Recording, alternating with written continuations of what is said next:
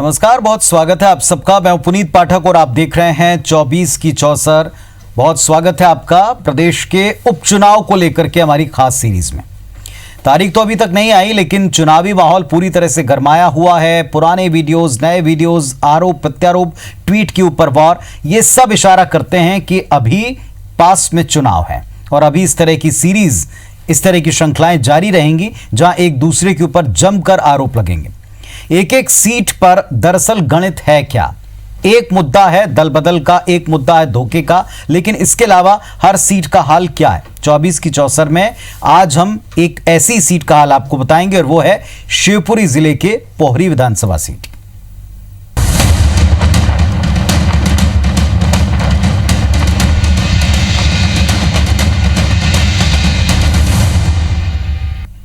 शिवपुरी जिले की पोहरी विधानसभा सीट बाकी के विधानसभा क्षेत्रों से थोड़ी अलग है। पोहरी में चुनाव पूरी तरह से जाति पर बेस्ड होते हैं। यहां धाकड़ जाति का दबदबा है और उनके मुकाबले में ब्राह्मणों की संख्या भी अच्छी खासी। यदि पोहरी के इतिहास को देखें तो बीते 10 विधानसभा चुनाव में 5 बार धाकड़ जाति का प्रत्याशी जीता और 5 बार ब्राह्मण जाति का। और ऐसे में यहां पार्टी या चेहरे से ज्यादा उम्मीदवार की जाति मायने रखती है।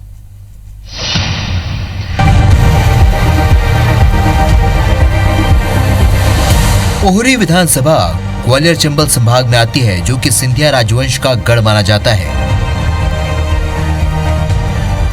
ये वजह है कि सिंधिया परिवार का हाथ जिस प्रत्याशी पर होता है वही प्रत्याशी यहां से विधानसभा पहुंचता है। पूर्व केंद्रीय मंत्री ज्योतिरादित्य सिंधिया के भाजपा में शामिल हो जाने के बाद पोहरी में भारतीय जनता पार्टी मजबूत हुई है। कांग्रेस में अब ग्वालियर चंबल संभाग में ज्योतिरादित्य सिंधिया जैसा कद्दावर नेता नहीं बचा है। पोहरी के उपचुनाव में कांग्रेस को ज्यादा दम लगाना होगा। हालांकि यदि कांग्रेस ने जातिगत समीकरण को ठीक से साध लिया तो नतीजा कुछ भी हो सकता है। वर्तमान में निर्मित परिस्थितियों के अनुसार तो मैं पोहरी विधानसभा के चुनाव में यदि अभी समीक्षक की भूमिका में अगर बताना चाहें तो बहुत कठिन है डगर पनघट की। यदि ये सोचें कि सुरेश राठखेड़ा जी जो अब तक के कांग्रेस में थे और उन्होंने ज्योतिरादित्य सिंधिया जी के साथ में बीजेपी का दामन थामा है और त्यागपत्र दिया है, तो यदि वो इस बार चुनाव फाइट करते हैं तो सबसे महत्वपूर्ण बिंदु ये रहेगा कि कांग्रेस प्रत्याशी के रूप में किसको ला रही है। क्योंकि पोहरी विधानसभा में एक जातिगत फैक्टर बहुत बड़ा काम करता है। धाकड़ समाज का एक बाहुल्य है वहाँ, और ऐसे में यदि कांग्रेस से भी कोई धाकड़ उम्मीदवार निकल के सामने आता है तो एक जो मुकाबला है वो कसा जा सकता है, कहीं भी ऊंट किसी भी पाले में बैठ सकता है। जानकार मानते हैं कि पोहरी का चुनाव पूरी तरह से जाति आधारित होता है। यहां अकेले धाकड़ समाज के मतदाताओं की संख्या 50,000 से ज्यादा है। ये वजह है कि पिछले 10 विधानसभा चुनाव में 5 बार धाकड़ जाति का प्रत्याशी जीता है, जबकि 5 बार ब्राह्मण ने बाजी मारी है। कुल 2,15,517 मतदाताओं में धाकड़ 50,000, ब्राह्मण 35,000, आदिवासी 30,000, जाटव 20,000, कुशवाहा 20,000, यादव 12,000 और रावत 10,000 हैं। ऐसे में कांग्रेस ने इस बार 1993 और 2018 के चुनाव की नीति अपना ली तो मुकाबला बेहद दमदार होगा। देखिए, पोहरी का जो उपचुनाव है वो पूर्णतः जातिगत उपचुनाव होता है। वहाँ का जो समीकरण है, वहाँ ब्राह्मण वर्सेस धाकड़ समाज से अभी तक के इलेक्शन होते आए हैं। वर्तमान में जो विधायक रहे थे अभी श्री सुरेश राठखेड़ा जी, वो भी धाकड़ समाज को प्रतिनिधित्व करते हैं। तो अभी उनका तो क्लियर है कि टिकट उनको मिल रहा है, लेकिन कांग्रेस से किसको टिकट मिल रहा है ये अभी तय नहीं है। अगर कांग्रेस से किसी ब्राह्मण कैंडिडेट को टिकट मिलता है तो भी दिक्कत है, और यदि किसी धाकड़ समाज के व्यक्ति को टिकट मिलता है तो अभी सुरेश राठखेड़ा जी को दिक्कत है, पहली चीज़। दूसरी चीज़, पिछले 1.5 साल में ऐसा कोई उल्लेखनीय काम इन 22 विधायकों ने नहीं किया है जिसको वो गिना सके। इस बार भारतीय जनता पार्टी के जो सिटिंग एमएलए हैं प्रहलाद भारती, धाकड़ जाति हैं, 2013 में जीते, 2008 में जीते, भारतीय जनता पार्टी के उम्मीदवार थे, उनके मुकाबले कांग्रेस ने धाकड़ जाति के उम्मीदवार सुरेश राठखेड़ा को टिकट दिया, जिसका परिणाम यह हुआ कि प्रहलाद भारती चुनाव हार गए और सुरेश राठखेड़ा चुनाव जीत गए। इसलिए इस चुनाव में भी कांग्रेस का एक बड़ा वर्ग इसी रणनीति को अपनाने पर जोर दे रहा है, क्योंकि भारतीय जनता पार्टी का जो उम्मीदवार हैं वो घोषित हो चुके हैं। सुरेश राठखेड़ा का चुनाव लड़ना तय है। पोहरी विधानसभा में ज्यादातर बार किसी एक प्रत्याशी को दोबारा जीत नहीं मिली है। हालांकि भाजपा से पूर्व विधायक प्रहलाद भारती इसके अपवाद भी हैं। इस बार भाजपा के संभावित उम्मीदवार सुरेश राठखेड़ा के सामने भी दूसरी बार जीतने की चुनौती है, लेकिन इलाके में कुछ खास काम नहीं होने की वजह से ये चुनौती बेहद मुश्किल साबित होने वाली है। पोहरी विधानसभा जो क्षेत्र है वहाँ पर पब्लिक कभी रिपीट नहीं करती किसी विधायक को, लेकिन एक किंवदंती को तोड़ा था पिछले विधायक प्रहलाद भारती ने, और वहाँ पे एक लंबे समय से कांग्रेस नहीं आ पाई थी। पिछले चुनाव में जरूर कांग्रेस ने जीत हासिल की थी और सुरेश राठखेड़ा के रूप में विधायक चुना था, लेकिन राठखेड़ा जी को भी अभी केवल 18 महीने ही हुए थे और सरकार चली गई थी उनकी। ऐसे में वो खुद भी इस्तीफा दे चुके हैं। 18 महीने के कार्यकाल में ऐसा कुछ विशेष तो वो नहीं कर पाए।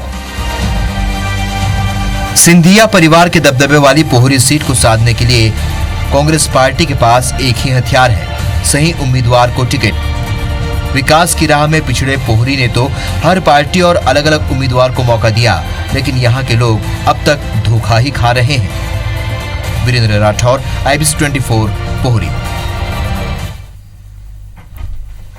शिवपुरी जिले के पोहरी विधानसभा में होने वाले उपचुनाव की बात की जाए तो पोहरी के स्थानीय लोग कहते हैं कि उन्होंने पूर्व विधायक सुरेश राठखेड़ा को 5 साल के लिए चुना, मौका दिया, 15 महीने में वो इस्तीफा दे गए।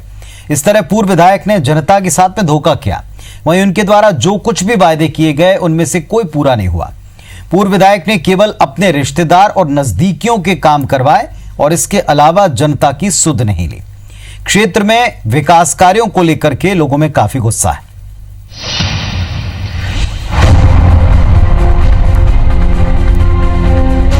मध्य प्रदेश में कांग्रेस नेताओं का कहना है कि पोहरी का उपचुनाव कमलनाथ के 15 महीने का सुशासन और शिवराज सिंह के 15 साल के कुशासन के मुद्दे पर होगा।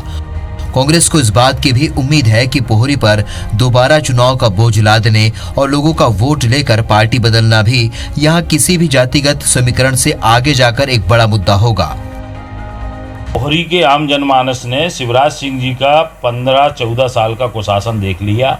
जातिगत कई बार प्रलोभन दिए गए शिवराज सिंह जी के, उनकी धर्मपत्नी के द्वारा, उनके भाइयों के द्वारा। पोहरी क्षेत्र में बार बार आके सजाती भाइयों को जाति के नाम पे बरगलाने का प्रयास किया गया, परंतु पोहरी क्षेत्र की जनता 14 वर्ष में अच्छी तरीके से समझ गई है कि उस पोहरी को जो ग्राम पंचायत है उसको नगर पंचायत में, नगर पालिका तक में ये परिवर्तित नहीं कर पाए 14 वर्ष में, तो ये क्या करेंगे पोहरी के लिए।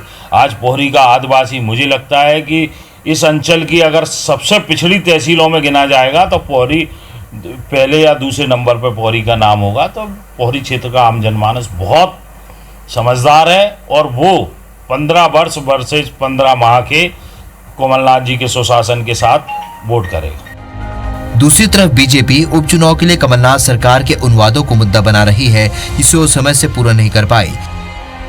साथ ही बीजेपी को मध्य प्रदेश में शिवराज के पिछले कार्यकालों में बनी योजनाओं पर भरोसा है।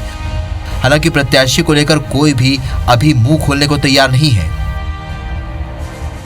तो आपने देखा होगा, माननीय ज्योतिरादित्य सिंधिया जी ने भी कई मंचों से कहा कि जो वादे हमने जनता से किए थे वो वादे कमलनाथ जी पूरा नहीं कर रहे हैं, और उनका कई जगह इस प्रकार से बातचीत भी हुई, अपमान भी हुआ। और कई बार उन्होंने ये भी कहा कि अगर कांग्रेस की सरकार, ये कमलनाथ की सरकार जनता से किए गए वादे पूरे नहीं करेगी तो मैं सड़क पर उतरूंगा।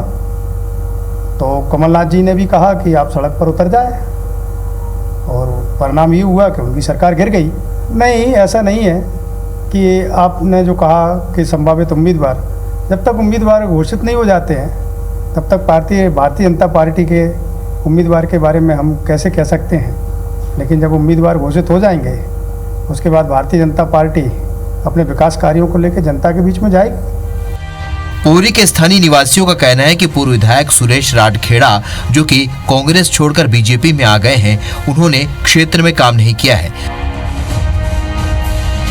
साथ ही कुछ लोग उन पर धोखा देने और उपचुनाव में सबक सिखाने का भी आरोप लगा रहे हैं। 15 महीने का कार्यकाल इनका सही नहीं रहा। क्षेत्र के अंदर जनता में बहुत आक्रोशित है और जनता के प्रति बिल्कुल खरे नहीं उतरे ये प्रतिनिधि, और जनता इनको आने वाले उपचुनाव में पूरा अपना रुझान बता देगी मत देके। सर हमें तो नहीं लग रहा कि वो निकाल सके।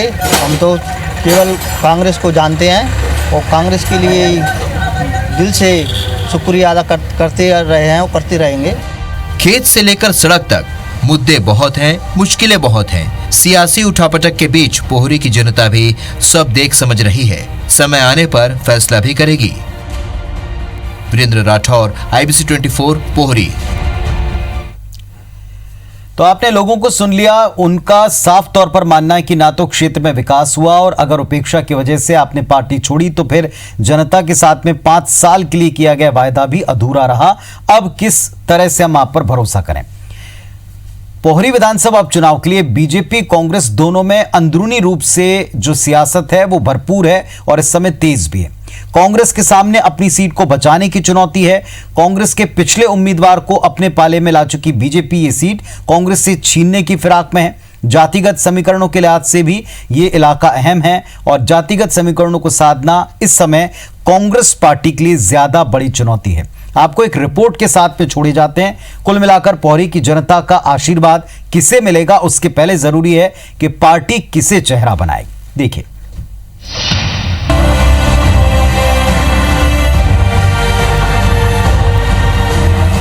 पोहरी के पूर्व विधायक सुरेश धाकड़ राठखेड़ा, जो कि कांग्रेस पार्टी के चुनाव चिन्ह पर जीतकर विधानसभा पहुंचे थे और अपने 15 महीने के कार्यकाल के बाद इस्तीफा देकर भाजपा में शामिल हुए।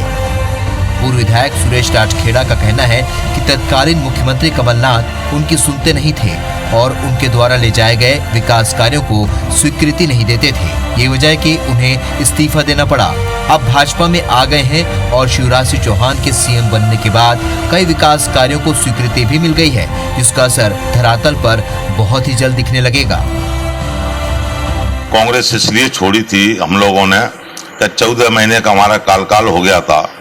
14 महीने में मैंने कई योजना पोहरी क्षेत्र के लिए आदि मुख्यमंत्री महोदय से कहा, लेकिन हमारे मुख्यमंत्री महोदय ने मेरा हर बात को सुना और उन्होंने हर काम को स्वीकृत तो की, लेकिन 14 महीने मेरे क्षेत्र में एक पैसा भी उन्होंने नहीं डाला। मैं जो दोबारा इसलिए जा रहा हूँ कि पहली बात तो मैं पब्लिक को बताया कि भाई हमारी सुनवाई होती नहीं है, हमारे काम होते नहीं है।